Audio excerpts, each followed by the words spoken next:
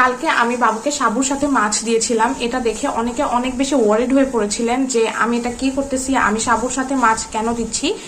প্রথমেই আগে আমি বলে নেই যে আমি সাবুর সাথে মাছ কেন দিয়েছি। আমার বাচ্চা রিসেন্টলি কিছুদিন যাবত সাবু ছাড়া কিছুই খেতে চাচ্ছে না। ও খাট থেকে পড়ে গিয়েছিল, আর পড়ে যাওয়ার পরে ওর গলার যে হাড্ডি আছে এখান থেকে একটু ভেঙে গেছে বা ফেটে গেছে, যে কারণে ওইখানে ব্যথা থাকার কারণেই হোক বা যে কোনো কারণেই হোক গলায় লাগার পর থেকে ও সাবু ছাড়া কিছুই খেতে চাচ্ছে না।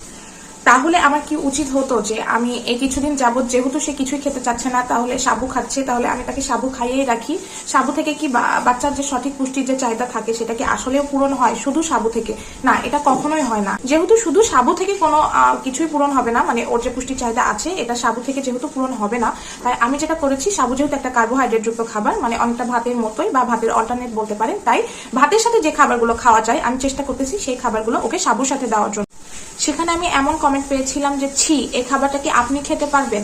আমার খাওয়ার সাথে আমার বাচ্চার খাওয়া দাওয়ার কোনো মিল নেই। তার বয়স এখন 6 মাস এবং আমি কি খেতে পারবো এটা চিন্তা করে এখন আমি আমার বাচ্চাকে খাবার দেই না। আমরা বড়রা যেহেতু লবণ, চিনি এবং বিভিন্ন স্বাদযুক্ত খাবার খেয়ে অভ্যস্ত এবং আমরা এটাই ভেবে নিই যে বাচ্চারাও তাই হবে। আমরা যদি এই খাবারটা খেতে না পারি তাহলে বাচ্চারাও খেতে পারবে না। বাচ্চাদের ক্ষেত্রে এই বিষয়টা পুরোপুরি উল্টো। তার কারণ একটা বাচ্চা প্রথম 6 মাস শুধুমাত্র মায়ের বুকের দুধ খায়, সুতরাং সে শুধুমাত্র মায়ের বুকের দুধের স্বাদের সাথেই পরিচিত, অন্য কোনো খাবারের স্বাদের সাথে কিন্তু সে পরিচিত না। বাচ্চাকে যখন কোনো খাবার মুখে দেওয়া হয়, সে যদি মুখ থেকে খাবারটা ফেলে দেয় তখন আমরা ধরে নিই যে বাচ্চা খেতে পছন্দ করতেছে না বা খাবারটা পছন্দ করতেছে না বা তার খাবারটা ভালো লাগে।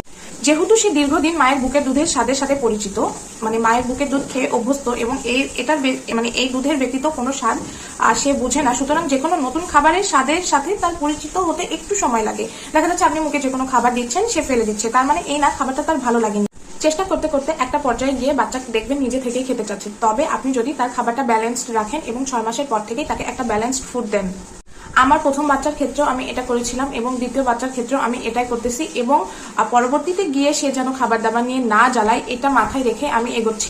প্রথম 1 বছর যেহেতু বাচ্চার খাবারে মশলা না দিলেই ভালো, মশলা সবসময় বাচ্চার জন্য উপকার, বিষয়টা এরকম না। অনেক মশলা থেকেও বাচ্চার অ্যালার্জির প্রবলেম হতে পারে।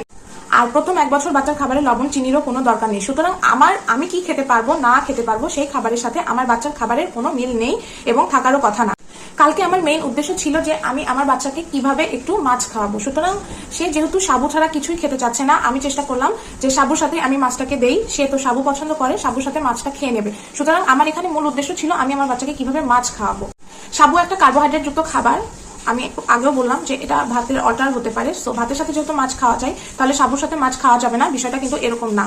আমি বিষয়টা আরো আপনাদের সাথে শেয়ার করেছিলাম এটা চিন্তা করে যে অনেক বাচ্চা আছে যারা সাবু খেতে পছন্দ করে কিন্তু অন্য কোনো খাবার খায় না, কিন্তু শুধু সাবু থেকে কিন্তু তার যে পুষ্টির চাহিদা এটা পূরণ হচ্ছে না। তাহলে সাবুর সাথে যে খাবারগুলো মিশিয়ে দেওয়া যায় সেই খাবারগুলো যদি আপনি আপনার বাচ্চাকে দিতে পারেন তাহলে অনেক ভালো। অনেকেই জানতোই তো না যে সাবুর সাথে আসলে মাছ দেওয়া যায়। অনেকের কাছে বিষয়টা ওয়ারিড লেগেছে, আবার অনেকে আমার অনেক প্রশংসা করেছে এবং আমাকে বলেছে যে আপু আমি আজকে ট্রাই করবো। অনেকে আবার এরকম বলেছেন যে উনি ওনার বাচ্চাকে যাই দেয় ওনার বাচ্চা তাই খাই, বাচ্চা আসলে উনি ওনার বাচ্চার মুখের স্বাদ বুঝতেছে না। দেখেন 7-8 মাস বয়সে বা 1 বছর পর্যন্ত বাচ্চার মুখের স্বাদ বোঝাটা এত বেশি জরুরিও না। হ্যাঁ, বাচ্চার মুখের স্বাদের উপর ডিপেন্ড করলে একসময় গিয়ে আপনার বাচ্চা অপুষ্টিতে ভুগবে, এটা খুব স্বাভাবিক একটা বিষয়। এবং আমাদের বাংলাদেশের বেশিরভাগ বাচ্চারাই অপুষ্টিতে ভুগে থাকে, এগুলা কিন্তু মায়েদের ভুলের কারণে। দিন শেষে আপনার বাচ্চা যদি অল্প খায়, সেই অল্প খাবার থেকে আপনি আপনার বাচ্চাকে সঠিক পুষ্টিটা কিভাবে দিবেন, আপনার একজন মা হিসেবে আপনার চিন্তা এটাই থাকা উচিত।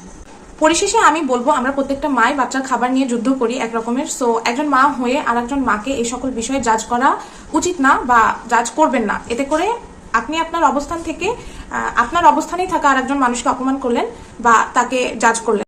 আমার কাছে মনে হয় আমরা মায়েরা সবাই এক, আমরা প্রত্যেকটা মায়েরাই বাচ্চাদের খাবার নিয়ে ভুগি।